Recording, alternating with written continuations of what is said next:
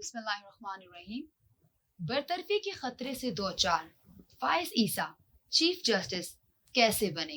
माजी करीब में बरतरफी के खतरे का सामना करने वाले जस्टिस काजी फाइज ईसा की बतौर चीफ जस्टिस तैनाती कुदरत का करिश्मा लगती है, क्योंकि चीफ जस्टिस काजी फाइज ईसा से बतौर चीफ जस्टिस हल्फ वो सदर मुमलिकत डॉक्टर आरिफ अलवी लेंगे जिन्होंने कुछ अरसा कबल उनके खिलाफ बेबुनियाद इल्जामात पर मबनी सदारती रेफरेंस सुप्रीम जुडिशल काउंसिल में भिजवाया था और चीफ जस्टिस काजी फाइज ईसा को अहलिया समेत कई पेशगोइयां भुगतना पड़ी थी। वाजिया रहे कि सदर मुमलिकत डॉक्टर आरिफ अलवी ने सुप्रीम कोर्ट के सीनियर जज जस्टिस काजी फाइज ईसा की बतौर चीफ जस्टिस ऑफ पाकिस्तान तैनाती की मंजूरी 3 माह कबल सदर आरिफ अलवी ने 21 जून 2023 को दी थी। इनकी तैनाती का इतलाक 17 सितंबर 2023 को मौजूदा चीफ जस्टिस उमर अता बंदियाल की रिटायरमेंट से होगा और इसी दिन चीफ जस्टिस काजी फाइज ईसा बतौर चीफ जस्टिस सुप्रीम कोर्ट अपने ओहदे का हल्फ उठाएंगे। चीफ जस्टिस काजी फाइज ईसा 17 सितंबर 2023 से अक्टूबर 2024 तक पाकिस्तान के 29वें चीफ जस्टिस होंगे। ख्याल रहे कि चीफ जस्टिस काजी फाइज ईसा के खिलाफ सुप्रीम कोर्ट ने सदारती रेफरेंस तो 19 जून 2020 को खारिज किया था, लेकिन बाद में पाकिस्तान तहरीक इंसाफ की हुकूमत ने क्यूरेटिव रिव्यू यानी नजरसानी दरख्वास्त दायर की थी। पीटीआई हुकूमत की रुखसती और पीडीएम हुकूमत आने के बाद वफाकी हुकूमत ने सुप्रीम कोर्ट से ये दरख्वास्त वापस लेने की इस्तदा की थी। रवां बरस अप्रैल में इन चैम्बर समात के बाद फैसला महफूज कर लिया गया था, ताहम बादजा ये चीफ जस्टिस उमर अता बंदियाल ने दरख्वास्त वापस लेने की बिना पर खारिज कर दी थी। सदारती रेफरेंस की समात के दौरान एक वक्त ऐसा भी था जब ये महसूस होता था कि चीफ जस्टिस काजी फाइज ईसा का बतौर जज सुप्रीम कोर्ट सफर यहीं पर खत्म हो जाएगा, लेकिन वो ना सिर्फ सदारती रेफरेंस का कामयाबी से दिफा कर पाए बल्कि अब शिकायत को निंदा सदर मुमलिकत उनसे बतौर चीफ जस्टिस सुप्रीम कोर्ट हल्फ लेने वाले हैं। ये बात भी अहम है कि साबिक वजीर आजम इमरान खान ने इस्लामाबाद हाई कोर्ट में एक पेशी के दौरान ये एतराफ किया था कि चीफ जस्टिस काजी फाइज ईसा के खिलाफ रेफरेंस कहीं और से आया था। हालांकि उससे कबल वो इस बात का एतराफ भी कर चुके हैं कि चीफ जस्टिस काजी फाइज ईसा के खिलाफ रेफरेंस दायर करना उनकी गलती थी, लेकिन साबिक वजीर आजम की इस गलती ने मुस्तकबिल के चीफ जस्टिस को बहुत अजियत में मुब्तला किया और वो अपने खिलाफ रेफरेंस की समातों के दौरान कई बार जज्बाती हुए और उनकी अहलिया भी आबदीदा हुई।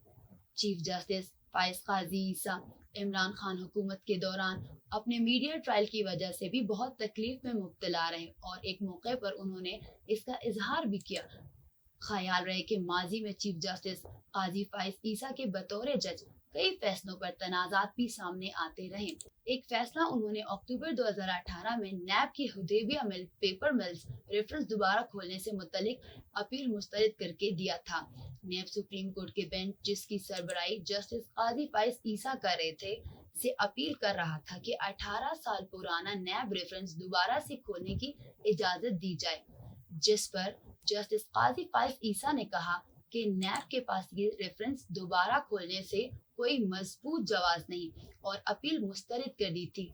इस इशू पर कुछ सियासी जमातों की जानिब से उनको सोशल मीडिया पर ट्रोल किया गया। तहरीक लब्बैक पाकिस्तान की जानिब से फैजाबाद पुल पर दिए गए धरने के खिलाफ जस्टिस काजी फाइज ईसा के फैसले पर भी कुछ अनासिर की जानिब से तनाजा खड़ा किया गया।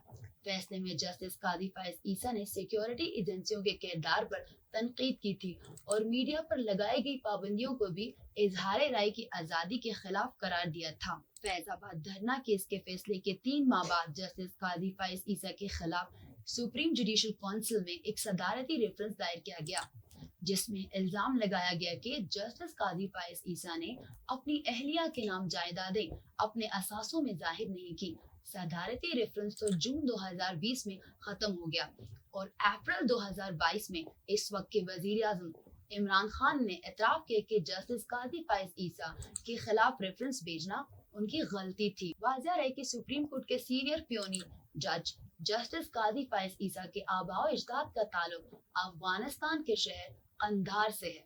उनके दादा काजी जलालुद्दीन 19वीं सदी के आखिर में कंधार से हिजरत करके कोयटा में आबाद हुए। जस्टिस काजी ईसा के वालिद काजी मोहम्मद ईसा तहरीक पाकिस्तान के सरगर्म कारकुन और all India Muslim league Balochistan chapter के सदर थे। मारूफ सफारतकार अशरफ जहांगीर काजी उनके फर्स्ट कजन हैं। जस्टिस फाइज ईसा 30 जनवरी 1985 को बतौर वकील बलोचिस्तान हाई कोर्ट, जबकि 21 मार्च 1998 को बतौर वकील सुप्रीम कोर्ट ऑफ पाकिस्तान मुकर्रर हुए। बतौर जज तैनाती से कबल उन्होंने 27 साल मुल्क की तमाम हाई कोर्ट्स और फेडरल शरीयत कोर्ट में वकालत की और मुख्तलिफ औकात में बतौर अदालती मावन जिम्मेदारियां भी अदा की। उन्होंने बैनुल-अक़वामी मामलात में बतौर सालिस भी काम किया। हाई कोर्ट का जज बनने से कबल वो बाकायदगी से अंग्रेजी अखबारात में आर्टिकल्स भी लिखा करते। और ये दिलचस्प बात है कि उन्होंने mass media laws and regulations Pakistan के नाम से एक किताब भी तस्नीफ कर रखी है। 2018 में फैसलाबाद धरना केस में उन्होंने टेलीविजन चैनलों की बंदिश का नोटिस भी लिया था।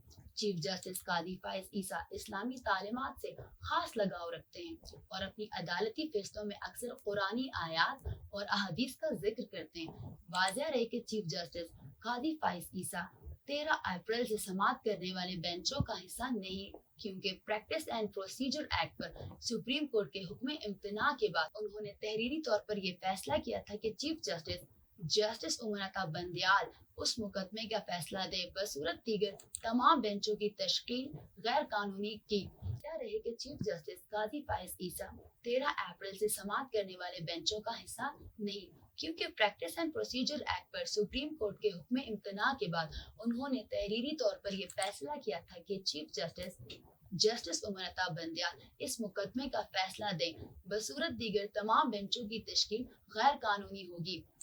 इस वजह से जस्टिस काजी फाइज ईसा ने इस साल अप्रैल से खुद को चैम्बर वर्क तक महदूद कर लिया और किसी बेंच में शमूलियत या सरबराही नहीं की।